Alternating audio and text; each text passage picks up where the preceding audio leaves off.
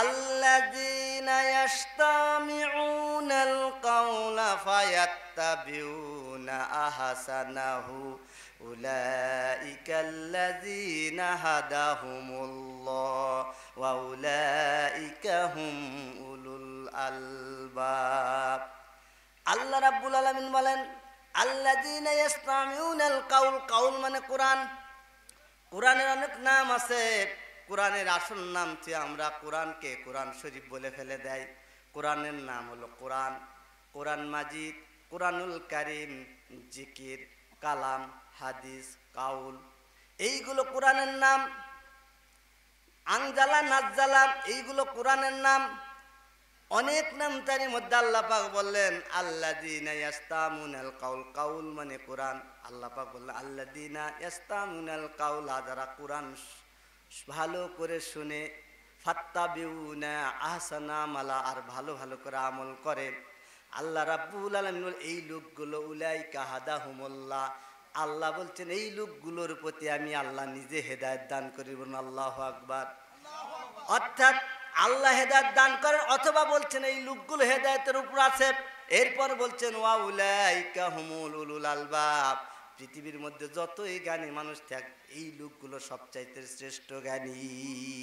আল্লাহ পাক বলেন ওয়াকালাল্লাযীনা কাফারু লিতাসমাউনা লিহাযাল কুরআন ওয়াগাউ ফিহি লাআল্লাকুম তাগলিবুন।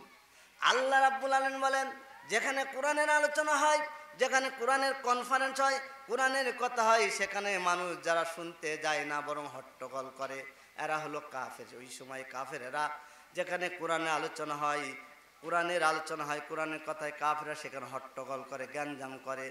অর্থাৎ বলেন অল গাউফি মানে সেখানে সুরগুল তুলে দেয়, মানুষ যেন শুনতে না পায়।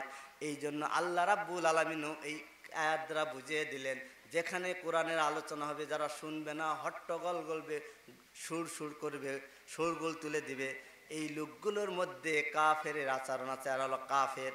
পক্ষান্তরে যারা মুমিন যারা শুনবে তাদের ব্যাপারে আল্লাহ পাক 7 নম্বর সূরা 8 নম্বর পারা 176 পৃষ্ঠায় মাত্র 104 নম্বর আয়াত, এটা আল্লাহ পাক বলেন ওয়াইজা কুরিয়াল কুরআনু ফাসতামিউ লাহু ওয়া আনসিতু লাআল্লাকুম তুরহামুন।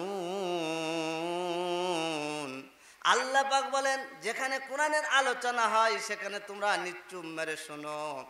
শুনলে আল্লাহ রাব্বুল আলামিন বললেন তাদের উপর আমি আল্লাহ রহমত নাজিল করি, বরকত নাজিল করি। বলুন সুবহানাল্লাহ।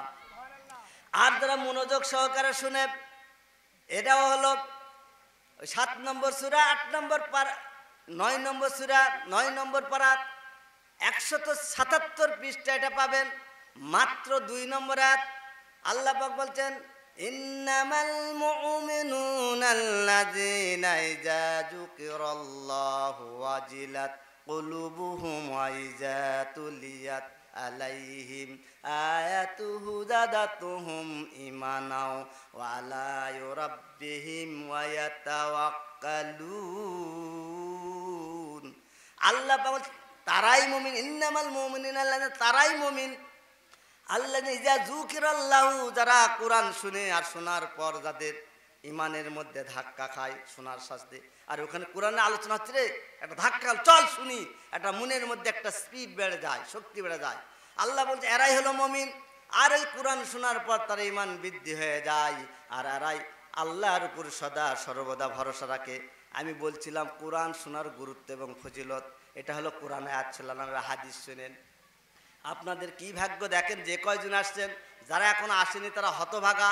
অনুরোধ করব আমার এই হাদিস শোনার পর আর দেরি করবেন না, আবার মরার আগ পর্যন্ত মনে রাখবেন। হাদিস নাম্বার হলো 1556 নম্বর হাদিস। হাদিসের কেতাবের নাম হলো তাবরানি আওসাত। আওসাত বলে একটা তাবরানি কেতাব আছে। হাদিসের কোনো অনেক নাম আছে, আপনি খুজাইমা আছে, হিব্বান আছে, বুঝলেন, তারপরে আপনার হচ্ছে বুলবুল মারাম আছে, তারপর আদাবুল মুফরাদ আছে, এইগুলো মিশকাতুল মাসাবি আছে, এইগুলো অনেক কেতাব হাদিসে, এইগুলো তো সহি হাদিস পাওয়া যায়। এই হাদিসটা সহি, সব মুফাসসিরগণ বলেছেন সহি। সেটা কি? 1556 নম্বর হাদিস, হাদিসে কুচ্চ আল্লাহ রসুল বলছেন, মাসালান সাকালা ইয়াজকুরুল্লাহ মুনাদিলাস সামা কুমু ইয়াগফিরু লাকুম ওয়া বাদদিলা সাইয়্যাতুকুম হাসানা। বলুন আলহামদুলিল্লাহ। আল্লাহ রসুল বলেছেন, যেখানে কোরআনের আলোচনা হয়, কোরআনের কনফারেন্স হয়, কোরআনের মিটিং হয়, তখন মুনাদিলাস সামা, তখন আল্লাহ আসমানে নেমে আসেন। বলুন আল্লাহু আকবার। আসমানে নেমে আসার পর কোরআনের আলোচনা শোনার পর যখন বান্দাগুলো চলে যায়, তখন ওই বান্দাবান্দিকে আল্লাহ নিজে ডাক দেয়া বলে, কুমু ইয়াগফিরু লাকুম, ও আমার বান্দাবান্দিরা, আলোচনা তো আমার কোরআনের শেষ হলো, তোমরা এখন বাড়ি যাও, আমি আল্লাহ তোমাদের সমস্ত জীবনের গুনাহ খাতা মাফ করে দিলাম। তাহলে আপনারা এখানে যারা এখন অবস্থান করছেন, তারা লাভবান না ক্ষতির মধ্যে আছে? বলেন কি লাভ? সমস্ত গুনাহ খাতা আল্লাহ মাফ করে দিবেন। শুধু তাই নয়, হাদিসের শেষে কি বলা আছে জানেন? ওয়াবাদদিলা সাইয়্যাতুকুম হাসানা, যেই পাপগুলো মাফ করে দিলাম, গুনাহগুলো, ওটা আবার উল্টে আমি আল্লাহ তোমাদের নেকি দেয়া পরিপূর্ণ করে দিলাম। তাহলে আপনারা যে কয়জন আসছেন, এই কয়জন আসলেই ভাগ্যবান। আপনাদের আল্লাহ রসুল বলেছেন সব গুনাহ মাফ হবে, এতে কোনো সন্দেহ নেই। এখানে কিন্তু চুরিখুর, মদখুর, তারিখুর এই কথা উল্লেখ নেই। সবার গুনাহ আল্লাহ মাফ করে দেন। এই যাই এত কোরআনের মর্যাদা, অথচ যারা বাইরে ঘোরাফেরা করছেন, এখনো অনুরোধ করছে, আসুন বসুন। আপনাদের এলাকারই আলোচক আছেন, প্রধান মেহমান আমার বড় ভাই মুস্তাফা আল আলামিন, খুব সুন্দর আলোচনা করেন। ওনার মুখে শুনবেন, জীবনের গুনাহ খাতা মাফ নিয়ে যাবেন। সামনে রামাদান, পরিপূর্ণভাবে পবিত্রতা সহকারে রামাদান মাস যেন গ্রহণ করতে পারেন, এই নিয়ত করে আজকে বসে আলোচনা শুনে যাবেন ভাইয়ের আমার। এটা হলো একটা হাদিস। আর একটা হাদিস শুনাই, আপনার ভাগ্য কত ভালো। এটা হলো বুখারী মুসলিম শরীফের হাদিস। আনাস বিন মালিক থেকে বর্ণিত, তিনি বলে গাদওয়াতুন ফি সাবিলিল্লাহ আও রাওয়াতুন খায়রুম মিনাদ দুনিয়া ওয়া মা ফিহা। একই জিনিস আল্লাহ রাসূল বলেছেন, গাদওয়াতুন ফি সাবিলিল্লাহ ওয়া রাওয়াতুন খায়রুম মিনাদ দুনিয়া ওয়া মা ফিহা, রাওয়াহুল বুখারী মুসলিম। আল্লাহ রসুল বললেন, কেউ যদি একটি সকাল আর একটি সন্ধ্যা আল্লাহ রাস্তা, কোরআনের জন্য, ইসলামের যে কোনো কাজের জন্য যদি ব্যয় করে, আল্লাহ রসুল বলেছেন একটি সকাল আর একটি সন্ধ্যার যত মূল্য হবে, তার চেয়ে মূল্য আমার কাছে আল্লাহ সবচেয়ে বেশি। তাফসীর কারকরা বলেছেন, ব্যাখ্যাটা কি দেখেন, একটি সকাল বলতে ফজরের 2 রাকাত সালাত আদায় করতে যে সময় লাগে, একটি সন্ধ্যা বলতে মাগরিবের সালাত পড়তে যে সময় লাগে, এই সময় যদি কোরআনের মাহফিলে কেউ বসে, এই 2 সময়ের মূল্য তামাম পৃথিবীর চেয়ে আল্লাহর কাছে সবচেয়ে বেশি। বুখারী মুসলিম হাদিস। আমি হাদিস অনুবাদক, হাদিস অনুবাদ করে শোনাচ্ছি। 1400 বছর আল্লাহ রসুল হাদিসগুলো বলেছেন, সহি হাদিস। তাও একটা দুর্বল হাদিস আমি বলবো না, বলার অভ্যাস নেই। দুর্বল হাদিস আমি না করে দিই, বলি না। দুর্বলের মধ্যে সন্দেহ আছে, ওই হাদিস বলবো না, এগুলো সব সহি হাদিস। আমি যে হাদিস খুতবাতে বলেছিলাম মুসলিম শরীফের হাদিস, আমার যেহেতু আলোচ্য বিষয়, আমি নতুন নতুন কিছু হাদিস শুনে যাব। আশা করি কোনোদিন শুনেননি, শুনেছেন জাল হাদিস যে এত দান করলে এত হাজার কোটি নেকি, এত নেকি, মুচ্চা বানোয়াট কথা। হাদিসে কি বলতেছে আজকে শোনা যান, আর জীবনের গুনাহ খাতা মাপ নিয়ে যান। সম্মানিত উপস্থিতি, এই হলো আল্লাহ রসুলের হাদিস। তাহলে আমরা যারা সুবাস শুনতে এসেছি, লাভ হয়েছে না ক্ষতি হয়েছে বলেন? আর একটা বলি, আমরা তো সব লাভই চাই, আমরা সবসময় লাভ চাই না। আর একটা হাদিস, হাদিসে কুচ্ছি, এটাও পাবেন মুসলিম শরীফের হাদিস। এটা হাদিসে কুচ্ছি, আল্লাহ নিজে বলছেন, ইয়া ইবনে আদম লাউ আতাইতানি শায়াল্লাহ, হে আদম সন্তানেরা, আমাকে একটু তোমরা সময় দাও। কি দাও? আমাকে একটু সময় দাও। তাহলে কি হবে? আমলা ইয়াদিকাল গিনান, তোমরা যদি আমাকে একটু সময় দাও, তাহলে তোমাদের 2 হাত ভরে আমি সম্পদ বাড়ায় দেব। বলুন আল্লাহু আকবার। আল্লাহ কি বলছেন? ইয়া ইবনে আদম লাউ আতাইতানি শায়াল্লাহ আমলা ইয়াদিকাল গিনান, তুমি আমাকে একটু সময় দাও, আমি আল্লাহ তোমার 2 হাত ভরে সম্পদ বাড়ায় দেব। ওয়ালা আসাদু ফাকরান, আর তুমি কোনোদিন ফকির হবে না। এরপরে আল্লাহ কি বলছেন জানেন? ফাইনলাম তাফাল, যদি তুমি আমাকে সময় না দাও, আমলা ইয়াদিকাল শুগলা, তোমার 2 হাত আমি ব্যস্ততা দিয়ে ভরে দেব। আর আসাদু ফাকরান, কোটি টাকার মালিক হলো তুমি ফকির হবে। এটা মুসলিমের হাদিস। আল্লাহ নিজে বলছেন, তুমি আমাকে একটু সময় দাও, আমি তোমাকে 2 হাত ভরে সম্পদ দেব। আর যদি সময় না দাও, তোমাকে 2 হাত ব্যস্ততা দেব। আজকে তার প্রমাণ দেখেন, যারা সুবাস শোনার সময় দিচ্ছে না তারা ব্যস্ততা দেখেন, জিনিস কিনা, জিনিস বিক্রি করা, অথবা আত্মীয়তা করা, অথবা আলুর বস্তা ভরা, মাঠে দেখেন ধান কেটে ব্যস্ততা। আর জীবনও ভাগ্য জুটবে না বসা, ব্যস্ততা। সকালে উঠে চাকরিতে চলে যাবে ওই টেনশন, কোথায় মাঠে কি করবে এই ব্যস্ততা। রামাদান মাস আসলেও দেখবেন ব্যস্ততা, বেস্তিতে কাপড় ও তারাবি পড়ার সময় হবে না, মানে আল্লাহর সময় দিবে না জি। তখন আল্লাহ পাক বলছেন আমি তোমার হাত ব্যস্ততা দিয়ে ভরে দেবো, যেহেতু তুমি আমাকে সময় দিচ্ছ না, তোমার হাতটা ব্যস্ততা দিয়ে ভরে দেবো। আর যত টাকাই কামাই করো তুমি ফকির হবা একদিন। এটা আল্লাহর কথা। কথা কি বুঝতে পারছেন? হাদিসগুলো বলছি, গুরুত্ব বুঝেন হাদিসের? হ্যাঁ, আমি তো আগেই বলেছি, হাদিস যা শুনেছেন আগে জাল টাল হাদিস শুনেছেন, সেই হাদিসগুলো শোনা যান। এইটা হলো আমি বলছিলাম কোরআন শোনার ফজিলত, কোরআন শোনার ফজিলত। আর একটা বলছিলাম কোরআনের আয়াত, সেটা কি? ওয়াইজা কুরিয়াল ফাস্তামুলা ওয়াংসিতুল্লাহ আল্লাকুম তুরহামুন, সূরা আরাফের এটা 204 নম্বর আয়াত। তখন আমি প্রথমে 104 বলছিলাম, এটা 204 নম্বর আয়াত হবে। এটা হচ্ছে 8 নম্বর সূরা 9 নম্বর পারা, এটা 204 নম্বর আয়াত। এটা আল্লাহ পাক বলছে যেখানে কোরআন আলোচনা হয় তোমরা নীরবে শুনো, তোমাদের রহমত নাযিল করবে।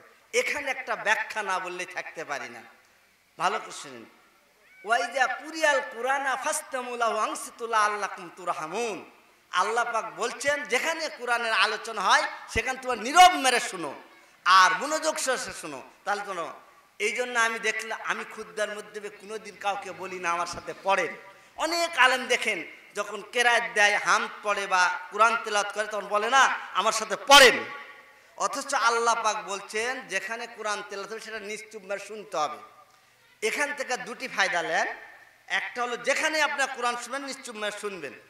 তবে এখানে একটি মাসালা আমরা বলতে চাই, সেটা হলো এই ব্যাখ্যাটা আমাদের কিছু আলেম ভাইয়েরা ভুল ব্যাখ্যা করেন। সেটা হলো কি, যে এই কোরআনের আয়াত দ্বারা সালাতের মধ্যে সূরা ফাতিহা পড়া লাগবে না। আপনারা পড়েন সূরা ফাতিহা সালাতের মধ্যে? পড়েন? ইমামের পিছনে পড়েন? আপনারা কেউ পড়েন কেউ পড়েন না, যে উত্তর দিল পড়বেন, মাস্ট বি, তাছাড়া সালাতই হবে না।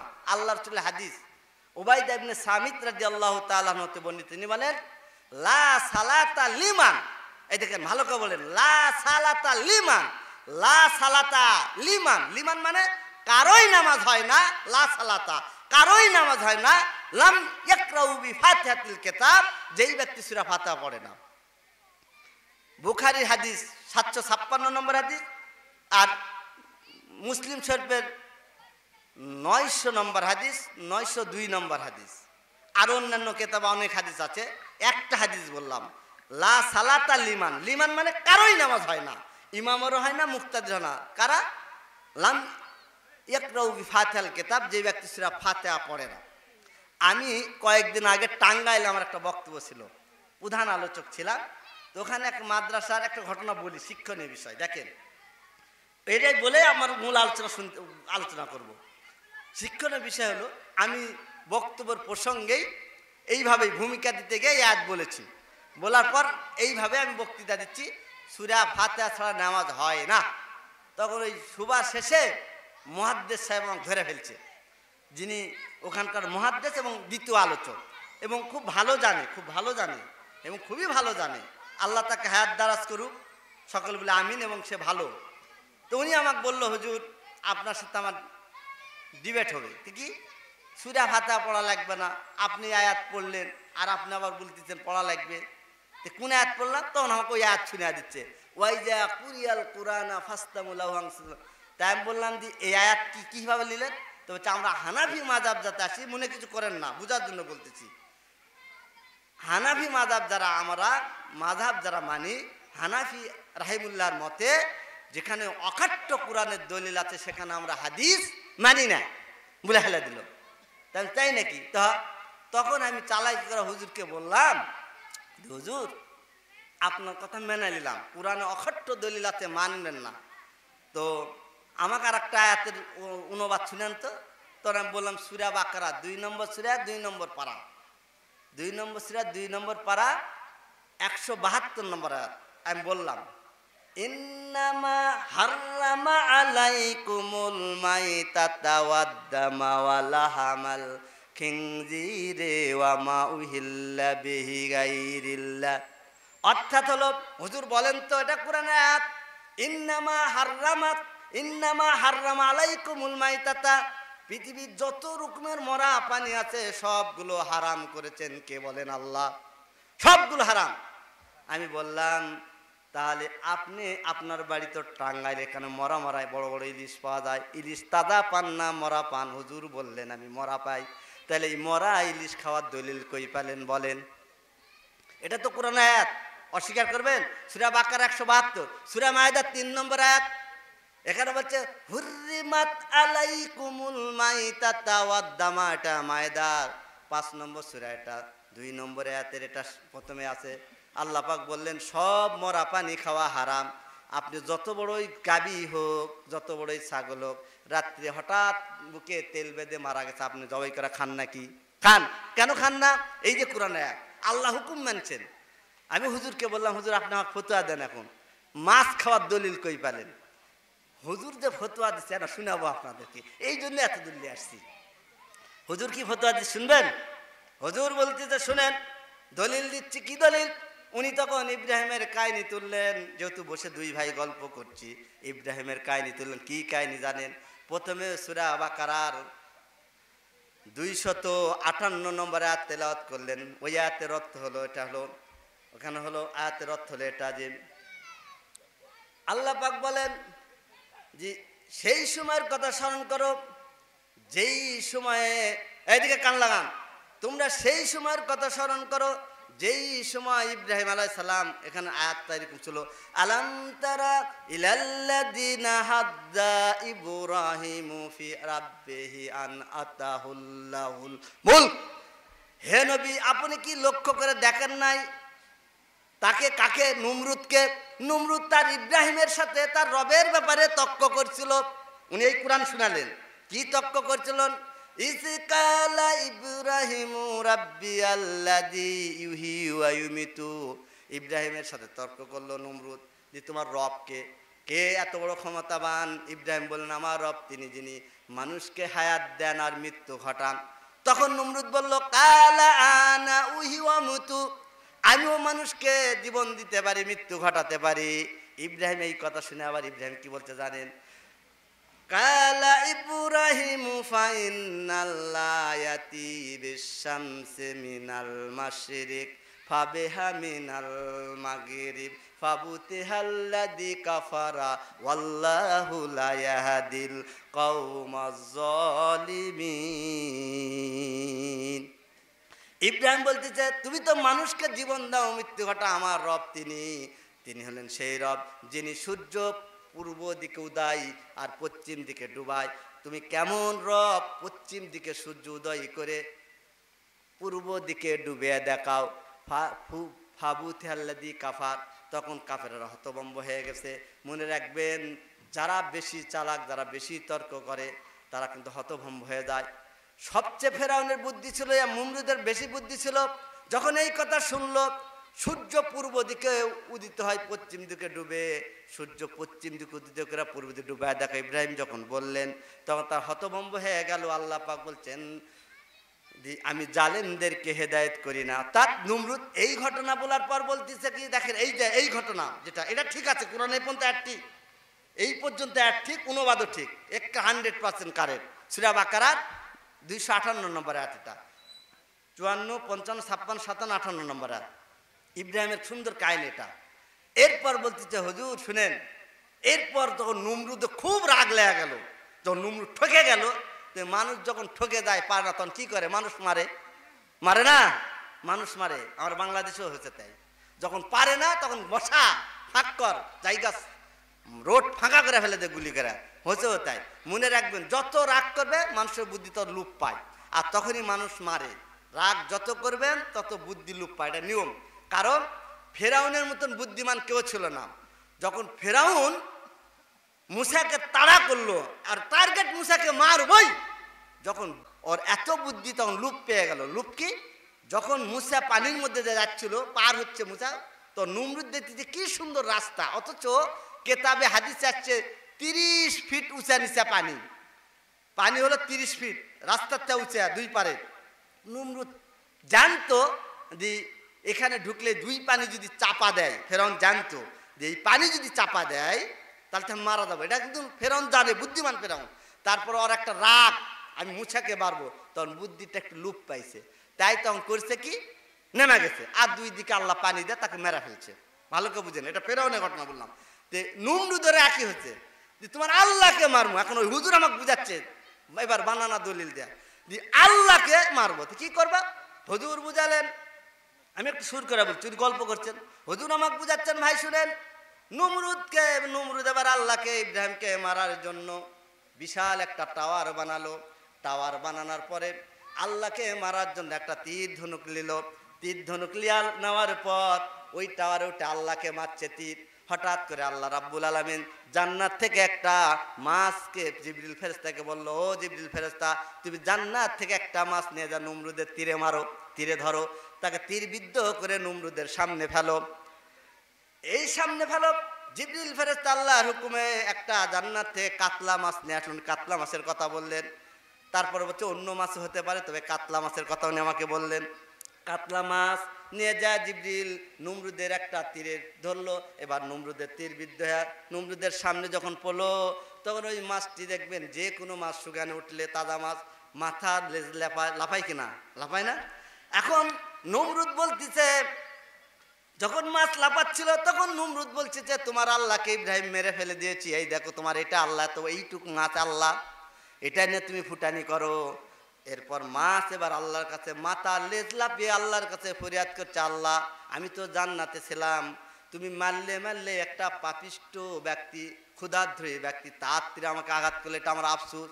তোর আল্লাহ ওই মাছকে নাকি ডাক দেয়া বলে, মা তুই আফসোস করিস না, তুই আফসোস করিস না, তোর আমি এমন একটি মর্যাদা দিয়ে দিলাম।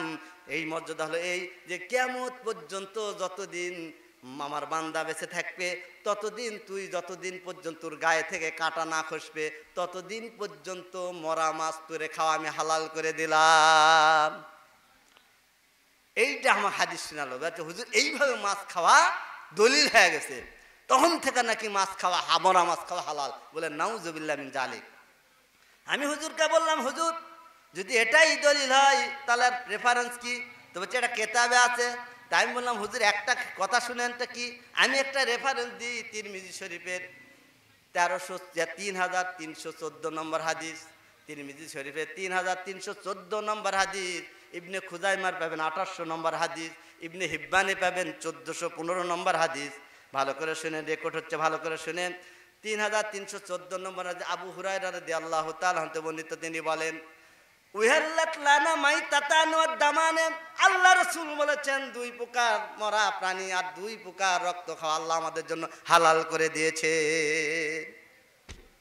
দুই প্রকার রক্ত আল্লাহ রাসূল বলেছেন, উহাল্লাত লানা মাইতাতান ওয়াদ দামানে, দুই প্রকার মরা প্রাণী আর দুই প্রকার রক্ত আমাদের জন্য আল্লাহ হালাল করেছেন। বলুন আলহামদুলিল্লাহ। বলেন এই মরা প্রাণীর মধ্যে এক প্রকার কি? আল্লাহ রাসূল বলছেন উহাল্লাত বাইতাতানে ওয়াহাতু আল দারাদু, এক প্রকার হলো মাছ আর এক প্রকার হলো ফুড়িং। ফুড়িং বুঝেন তো? এই যে আমরা আসলে ফুড়িং না, ফুড়িং মানে হচ্ছে আপনার এই কি বলে লাফ মারা মারা যায়, আরে কি বলে, কি বলে রে ভাই, আসলে হাদিসের ভাষা হলো টিটি, অর্থাৎ এই যে ঘাস ফুড়িং যেটা বলে, ঘাস ফুড়িং, ঘাস ফুড়িং, ঘাস ফুড়িং, আদার, আদার, এই যে ঠিক কারেক্ট আদার, এইটা খাওয়া আল্লাহ হালাল করছেন। মরা মরা প্রাণীও খাওয়া হালাল। এই দুটি আপনারা জানেন, ফুড়িং খাওয়া হালাল, এটা জানেন আপনারা? কোনোদিন শুনেছেন? ফুড়িং খাওয়া কিন্তু হালাল, মরা হোক আর তাজা হোক। অনেক বিশ্বে এখন চাষ করে খায়। আল্লাহ রাসূল মরা মাছ আর মরা ফুড়িং এই দুটি খাওয়া হালাল করেছেন। আর দুই প্রকার মরা রক্ত, সেটা হলো আল্লাহ রাসূল বলছেন ওয়াল কাবিদু ওয়া তিলহুলু, অর্থাৎ এক প্রকার হলো কলিজা আর এক প্রকার হলো পিলহা। কলিজার পিলা মানে যেটা আমরা ফেঁসা বলি মনে হয় নাকি, এই দুটি জিনিস রক্ত কিন্তু এগুলো। কলিজা মানে আমরা কলিজা বলি, আসলে ওরা রক্ত গোটায়। এই রক্ত দুটা খাওয়া আল্লাহ রাসূল আমাদের জন্য হালাল করেন, তার থেকে আমরা খাই। অত হুজুর আমাকে শোনালো মিথ্যা কাহিনী, ভালো করে বুঝেন। তে আমি যেটা বুঝাচ্ছিলাম এতক্ষণ এই গল্প দ্বারা, ওয়াইজা কুরিয়াল কুরআনা ফাস্তামু, এটা নামাজের কথা উল্লেখ নাই, যেখানে কোরআন আলোচনা হবে। এখন ধরে নিলাম নামাজের মধ্যে কোরআন আলোচনা হয়, আয়াত তেলাওয়াত হয়, কিন্তু আল্লাহ প্যাসিফিকভাবে ডাইরেক্টলি উল্লেখ করে বললেন লা সালাতা, তোমাদের সালাত হয় না, লিমান কারোই লাম ইয়াকরাউ বিফাতিহা, যারা সূরা ফাতিহা। তার মানে ওই আয়াতের ব্যাখ্যাই হলো এই হাদিস। আমাকে এক জায়গায় আল্লাহ বলছেন যেখানে গন্ডগোল হয়, শুরগুল হয়, সেখানে বলছেন তোমরা নিশ্চুপ মেরে কোরআন শুনো। আর মসজিদে তো কোরআন গন্ডল হয় না, গন্ডগোল হয় না, তো কি সুন্দর মধুর কেরায়েত হয়, সুন্দর করে মনোযোগ শুনবো। আর সূরা ফাতিহা ইমামের পিছে পিছে মুনে মুনে পড়বে, এটাই হলো সঠিক নিয়ম। অবশ্যই সূরা ফাতিহা পড়বেন, সূরা ফাতিহা ছাড়া নামাজ হবে না। সম্মানিত, আমি এতক্ষণ বুঝাতেছিলাম কোরআন শোনার ফজিলত এবং গুরুত্ব। আমার এখন আলোচ্য বিষয়ের দিকে যাব, সেটা হলো কি দানের গুরুত্ব এবং ফজিলত। ভাইরা আমার, দানের গুরুত্ব এবং ফজিলত। দান বলতে আপনারা কি বুঝেন, ভালো করে বুঝেন। দান দুই প্রকার আছে, একটা হলো আমভাবে মানুষের উপর ফরজ করা হয়েছে, খাসভাবে একটা ফরজ করা হয়েছে, আর আমভাবে একটা এমনি আমভাবে মুস্তাহাব করা হয়েছে। মুস্তাহাব বুঝেন, ওয়াজিবলাই ফরজলাই মুস্তাহাব, তবে গুরুত্ব সহকারে আদেশ করছে আল্লাহ চুল দান করতে হবে। ফরজটা কি? জাকাত। সেটা নির্দিষ্ট কয়েকটা জিনিসের উপর জাকাত নির্ধারণ করছে। আপনারা জানেন কিনা জানি না, ভালো করে শুনলেন।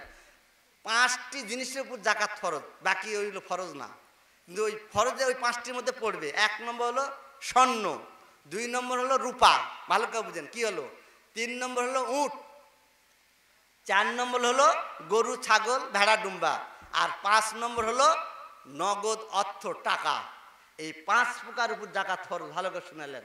এখন আপনার বাড়ির কাছে একজন জমিদার আছে, 50 বিঘা সম্পত্তি। আরে এত জমি, জাকাত লাগে না কে? মানে জমি আছে, জাকাত দেওয়া লাগবে, কথা বুঝতে পারেননি? জমির জাকাত দেওয়া লাগবে না। জমির কি দেওয়া লাগবে বলেন তো?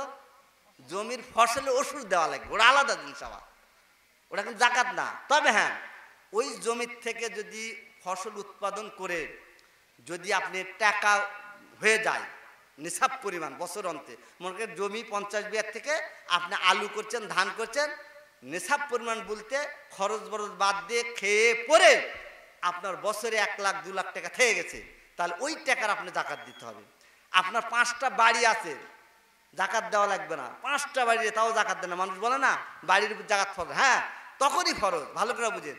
যখন ওই 5টা বাড়ি ভাড়া দেবেন, ভাড়া দেয়া 5 বাড়ি 5 10 মাসে 50,000 টাকা আসে, বছরে 6 লাখ টাকা, খরচ বাদ দিয়ে আপনার 4 লাখ 5 লাখ টাকা টিকলো, ওই টাকার জাকাত দিতে হবে, ভালো করে বুঝেন। এইগুলো ফরজ, না দিলে কাবিরা গুনাহ, জাহান্নামে যাবেন, সোজা কথা, কোনো মাপ নেই, জাহান্নাম। আর সব হালাল জিনিস হারাম হয়ে যাবে, ওই হালাল জিনিসগুলো, এটা মূল কথা। এখন হচ্ছে দান। দানটা কি? দানটা হলো সকলের জন্য আম। আম বুঝেন তো? একজন ফকির, এক কথায় একজন ফকির ভিক্ষা করছে, সারাদিন 100 টাকা ভিক্ষা করছে, ও 1 টাকা দান করবে, এটাই নিয়ম। এটা আল্লাহর ছিল নির্দেশ। আল্লাহর ছিল নির্দেশ মানেই পালন করতে হবে। এটা আপনার 10 টাকা আছে, 1 টাকা দান করবেন, এটা হলো দান। তাহলে ভালো করে বুঝেন, দান 2 প্রকার, একটা হলো খাস, সেটা জাকাত, আর আমভাবে বড় ধনী ছোট বড় গরিব ফকির মিসকিন অসহায় সবাই, রিক্সা চালক ভ্যান চালক কামলা মাটি কাটা ব্যথর মুচি যা আছে, যা বুঝায় মানুষ হিসাবে, যারা মানুষ তারা একে অপরকে দান করবে। এটা হলো আমভাবে সকলের উপর দান করতে হবে। এই দান করার ব্যাপারে আল্লাহ কি বলছেন দেখেন। আমি সূরা ইমরানের 133 নম্বর আয়াত তেলাওয়াত করেছি, 3 নম্বর সূরা 4 নম্বর পারা,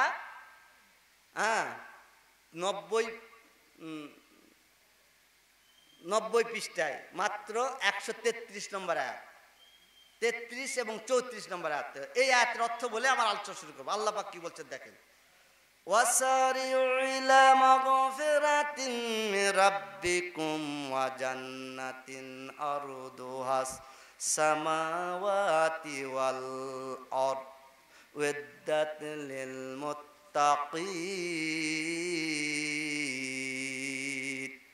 আল্লাহ রাব্বুল আলামিন ওয়াসারিউ ইলা মাগফিরাতিন মির রাব্বিকুম ওয়া জান্নাতিন, হে মুমিন বান্দারা ইমানদাররা তোমরা দৌড়াও আল্লাহর ক্ষমার দিকে। কার দিকে বলেন তো? ক্ষমার দিকে দৌড়াও। আর ওই জান্নাতের দিকে দৌড়াও যেই জান্নাত উইদ্দাত লিল মুত্তাকিন, মুত্তাকিনের জন্য তৈরি করেছে, তার পরিধি হলো আসমান আর জমিনের সমান। এর অর্থ বলছি, আল্লাহ রাব্বুল আলামিন বলেন তোমরা দৌড়াও আল্লাহর ক্ষমার দিকে, মাগফিরাতের দিকে।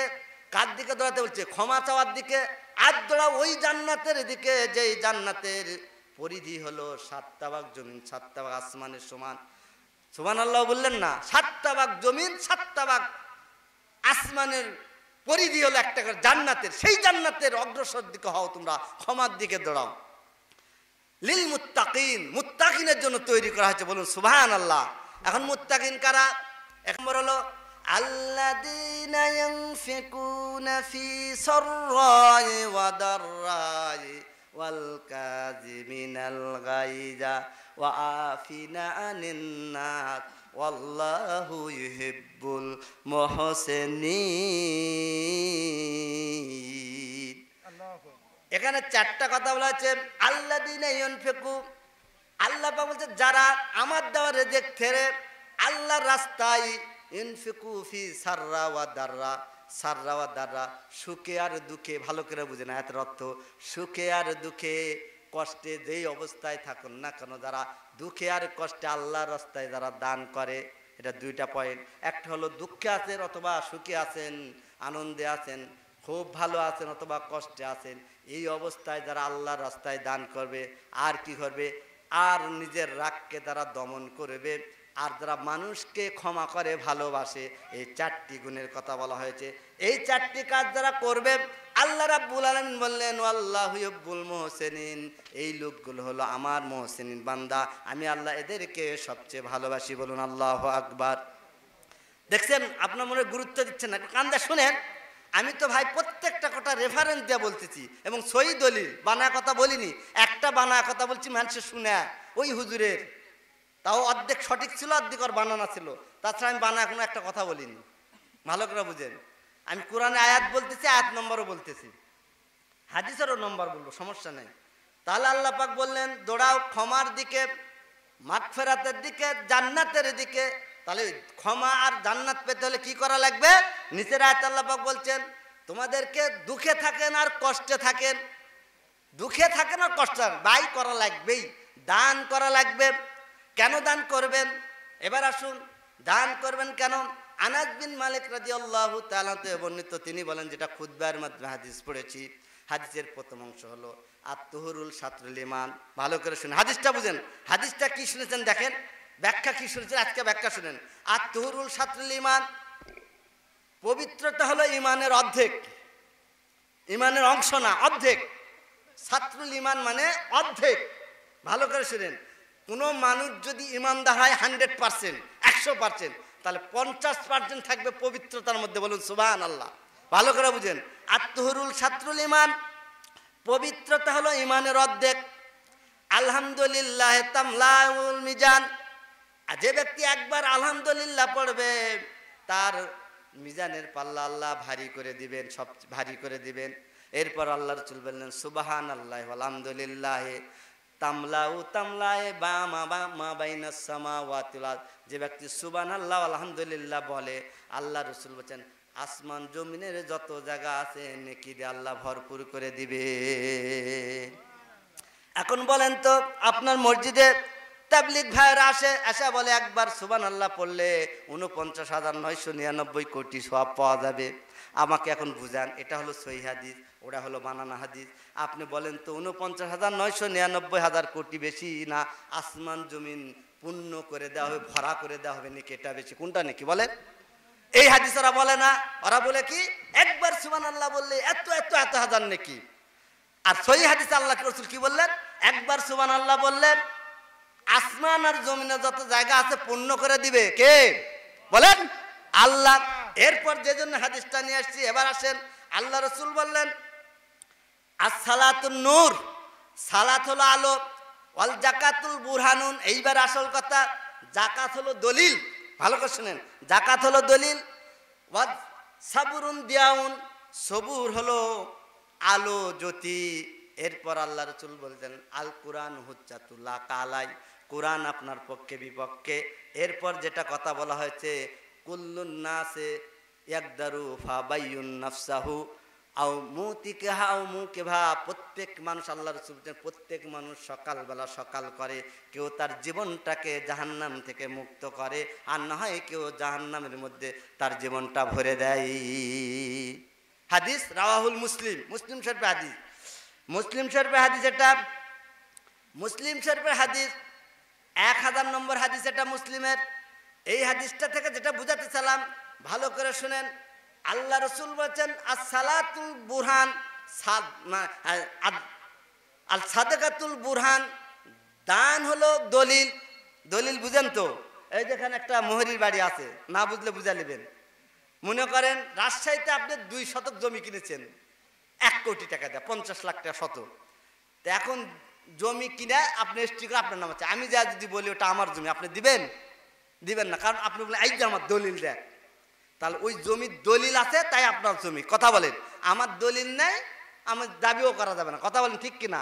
অনেক তো গ্রামে গঞ্জে হয় এই জমি আমার, তোর মা তো বল তুই দলিল বের কর, তোর কোনটা জমি আছে, তখন নকল দলিল যাই হোক বের করে গন্ডগোল লাগালে কথা, এরকম হয় তো কিনা? আল্লাহ রসুল কি বলছেন দেখেন, আল সাদাকাতু বুরহানুন, দান হলো দলিল।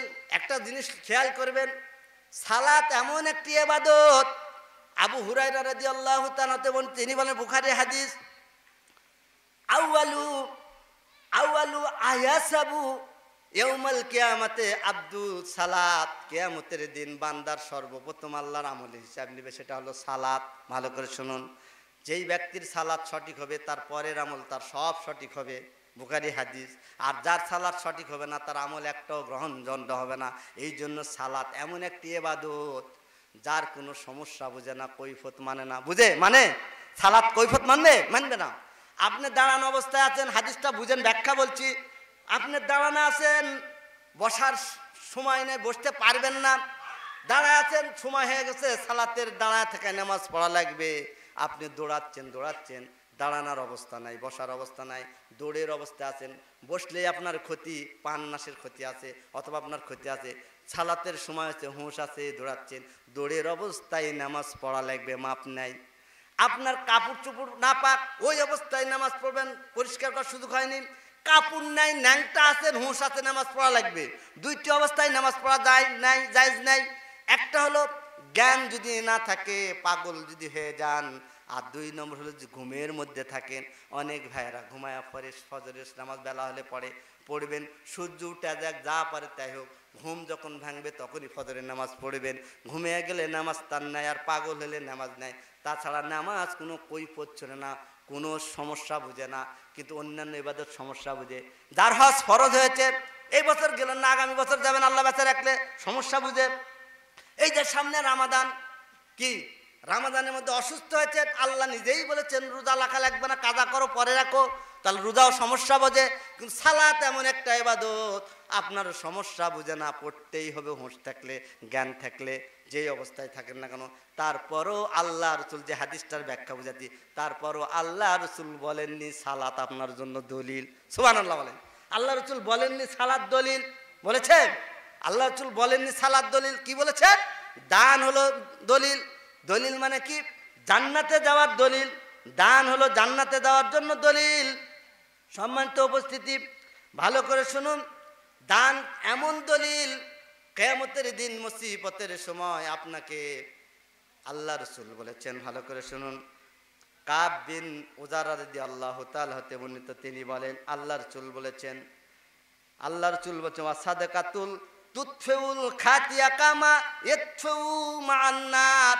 আল্লাহ রসুল বলছেন দান এমন একটি ইবাদত, দান হলো মানুষের সকল গুনাহ ওইভাবে মিটিয়ে দেয় যেইভাবে ইয়াতফিউল মা'আন নার, পানি যেমন আগুন মিটিয়ে দেয়। বলুন সুবহানাল্লাহ।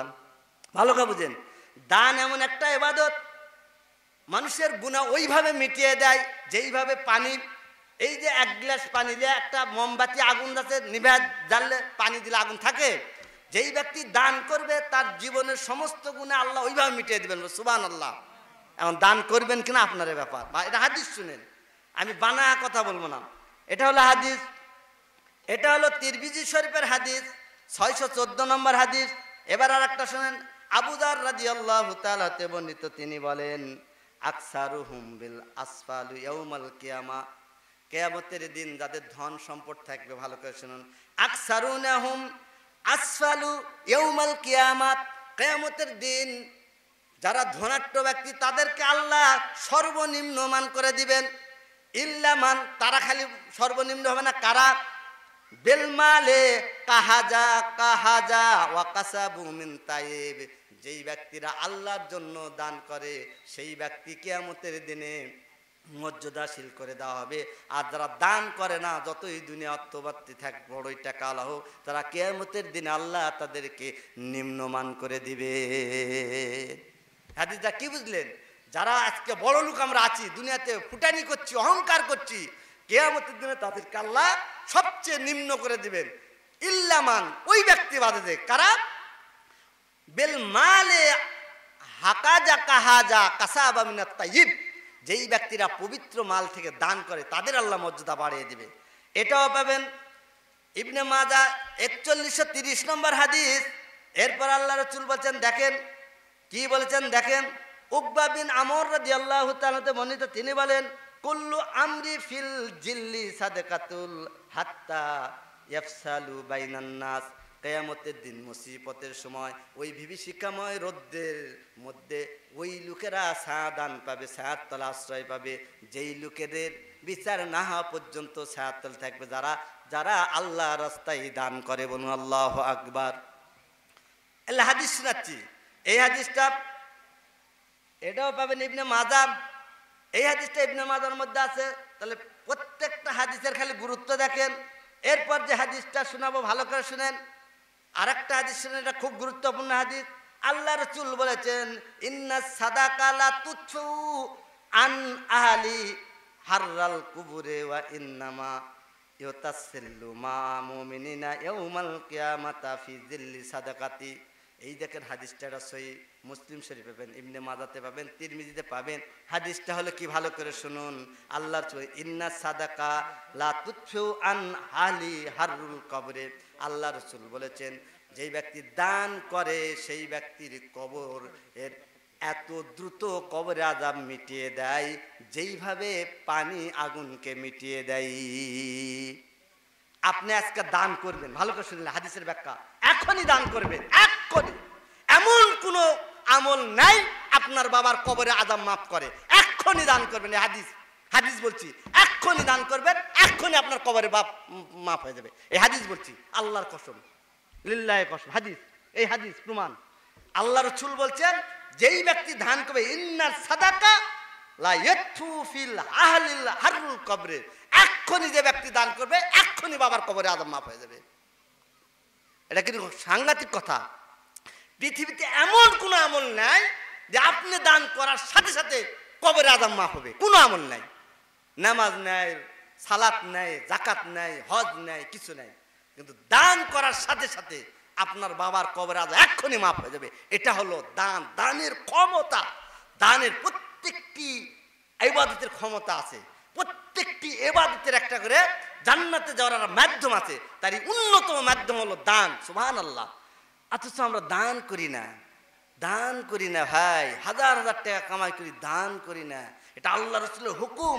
পৃথিবীতে এমন কোনো আমল নাই যেটা বললাম তৎক্ষণিক কবরে আযাব মাফ করে, একটাই সেটা আমল আছে, সেটা হলো দান। সুবহানাল্লাহ বিহামদি। হাদিস আরো শুনবেন, একাধিক হাদিস, খালি হাদিসই আছে। সুবহানাল্লাহ বিহামদি। হাদিসগুলো পড়লে তাসটি লেগে যায়। এত আল্লাহ কথা বলেছেন, দানের গুরুত্ব, এত ফজিলত দিয়েছেন, অবাক হয়ে যাবেন, অবাক হয়ে যাবেন। এক্ষুনি দান করবেন, এক্ষুনি আপনার আল্লাহ রাসূল কোরআন শুনেন এবার সূরা বাকারার 254 নম্বর আয়াত, এটা 2 নম্বর সূরা 3 নম্বর পারা 42 নম্বর পৃষ্ঠা, আয়াত নম্বর 254। ইয়া আইয়ুহাল্লাযীনা আমানু আনফিকু মিম্মা রাযাকনাকুম মিন ক্বাবলি আইয়াতিয়া ইয়াউমুল লা বাইউন ওয়ালা খুল্লাতুন ওয়ালা শাফা ওয়াল কাফিরুনা হুমুজ জালিমুন। আল্লাহ পাক বলে ইয়া আইয়ুহাল্লাযীনা আমানু আনফিকু মিম্মা রাযাকনাকুম মিন ক্বাবলি আইয়াতিয়া ইয়াউমুন লা বাইউন, হে ইমানদাররা তোমরা আল্লাহর রাস্তায় দান করো ওই দিন আসা পর্যন্ত, ওই দিন আসার পূর্বে যেই দিন তোমাদের কারো বেচা কিনা চলবে না, কোনো বন্ধুত্ব চলবে না, কারো কিছু থেকে গ্রহণ করা চলবে না, সেই দিন আসার পূর্বে। সেই দিন মানে কিয়ামতের দিন। কিয়ামত কখন হয় বলেন তো? মানুষ মরার সাথে সাথে কিয়ামত, মানুষ মরার সাথে সাথে কিয়ামত। কিয়ামতের শুরু হয় কিন্তু মানুষ মরার সাথে সাথে। মানুষ বলে কিয়ামত হবে, আরে হবে না। ইন্তিকাল বুঝেন? ইন্তিকাল শব্দের অর্থ ট্রান্সফার হওয়া। এই দুনিয়াতে আরাধনাটা ইন্তিকাল থেকে ইনকাতা করা হয়েছে, মানে মানুষ যখন মারা যায় তখন সব আমল তার বন্ধ হয়ে যায়, এক্কেবারে বন্ধ। তিনটি আমল জারি থাকে, তার মধ্যে কি বলেন তো? সাদাকাতুল জারিয়া, একটা হলো সাদকা দান, আর 2 নম্বর হলো এলেম। এলেম দিয়ে বলা হয়েছে এলেম যে এমএল ইয়ানফাউ মানে উপকার করে, আর 3 নম্বর হলো ওয়ালাদিন সালেহিন ইয়াদালাহু সৎ সন্তান। এই 3টি কাজ যারা করে গেছে তাদের সম্মানিত উপস্থিতি। আরেকটা জিনিস ভালো করে শুনেন, আপনার এখন সম্পদ আছে, আপনি যদি দান করে না যান, ওই পরে ছেলে দান করলে অত কাজে লাগবে না। কারণ কি জানেন? আপনি এত উপার্জন করছেন ছেলের জন্য, ছেলে ভুলেও একদিন বলবে না যে বাবা আমাকে এতগুলো সম্পদ রেখেছে। পাড়ার মানুষ বলবে তোর বাপ যেখানে এত সম্পদ রেখা গেছিল রে, তাই তুই এত ফুটার কথা। ওই কোনদিনই বলবে না। এখনই মরে দেখেন বাবা ওই ছেলের কথা বলবে না, খালি গন্ডল করে জমি ভাগ করে লাভ, বোনের ফাঁকি দিবে, বোনেরও করে দিবে না। অতএব কিছু আমল করে যান ভাই। আমি এলাকার ছেলে, আমার বাড়ি জুত বাজার, আপনাদের যা বলতেছি হক কথা বলতেছি, একটু আমল করেন। যে মানুষ আল্লাহ রসুল আল্লাহ পাক কোরআনে বললেন ওই দিন আসার আগে তোমরা কি করো? দান করো। কোন দিন? কেন না? এই কোরআনের ব্যাখ্যা আর এক জায়গায় বলতেছেন সূরা মুনাফিক 63 নম্বর সূরা 28 পারা 555 পৃষ্ঠা 1 নম্বর হলো 10 আর 11 নম্বর আয়াত বলছি। আল্লাহ পাক বলছেন আল্লাযীনা ইউনফিকুনা, আল্লাহ পাক বলছেন ইয়া আইয়ুহাল্লাযীনা আমানু লা তুলহিকুম আমওয়ালুকুম ওয়ালা আওলাদুকুম আন যিকিরিল্লাহ ওয়া মান ইয়াফআল যালিকা ফাউলাইকা হুমুল খাসিরুন ওয়া আনফিকু মিম্মা রাযাকনাকুম মিন ক্বাবলি আন ইয়াতিয়া আহাদাকুমুল মাউত। এই যে দেখেন আল্লাহ বলে ওয়া আনফিকু মিম্মা রাযাকনাকুম মিন ক্বাবলি আইয়াতিয়া আহাদাকুমুল মাউত।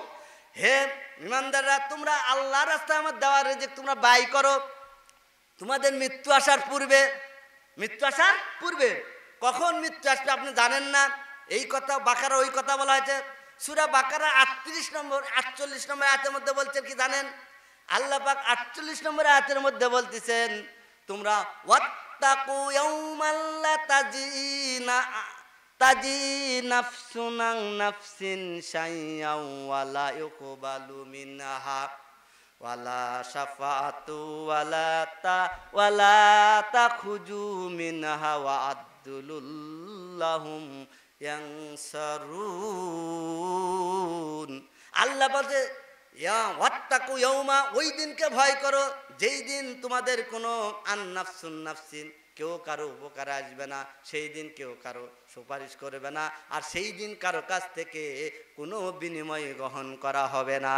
সেই দিন আসার পূর্বে তোমরা দান করো। আল্লাহ পাক বললেন মউত আসার দান করো। কেন? আল্লাহ নিজেই বলছেন যখন তোমার মউত আসবে কি হবে। আল্লাহ পাক বলছেন মাউত, আল্লাহ পাক বলছেন জি ওয়ানফিকু মিম্মা রাযাকনাকুম মিন ক্বাবলি আন ইয়াতিকা আহাদাকুমুল মাউত ফায়াকুলা, আল্লাহ নিজে বলছেন যখন আল্লাহ বলছেন ফায়াকুলা রাব্বি লাউলা আখারতানি ইলা আদালিন কারীম ফাআসাদ্দাকা ওয়া আকুম মিনাস সালিহিন। আল্লাহ শিখিয়ে দিচ্ছেন যখন তোমাদের সামনে মৃত্যু এসে যাবে তখন তোমরা বলবে আল্লাহ আমাকে একটু সময় দাও। কেন? এই যে ফাআসাদ্দাকা আমি বেশি বেশি করে দান করব। আর কি বলছে? আসাদ্দাক আকুম মিনাস সালিহিন আমি সৎ লোকের অন্তর্ভুক্ত হব। আল্লাহ পাক কি জবাব দিবে জানেন? আল্লাহ পাক বলেন আইয়ুআখিরাল্লাহু নাফসান ইজা জাআ আজালুহা ওয়াল্লাহু খাবীরুম বিমা তা'মালুন। আল্লাহ আল্লাহ পাক বলবেন তোমাদের আর সময় দেওয়া যাবে না, তোমাদের আর সময় দেওয়া যাবে না, তোমাদের আর সময় দেওয়া যাবে না। যখন যার সময় আসবে তখন তাকে ওই সময় তাকে মৃত্যুবরণ করা লাগবে। সুতরাং মৃত্যু আসার পূর্বে বেশি বেশি করে দান করে আখেরাতে তোমরা পুত পবিত্র করে জীবনটা আখেরাতে সুগম পথ করে দুনিয়াতে শান্তি আখেরাতে মুক্তির ব্যবস্থা করে নাও।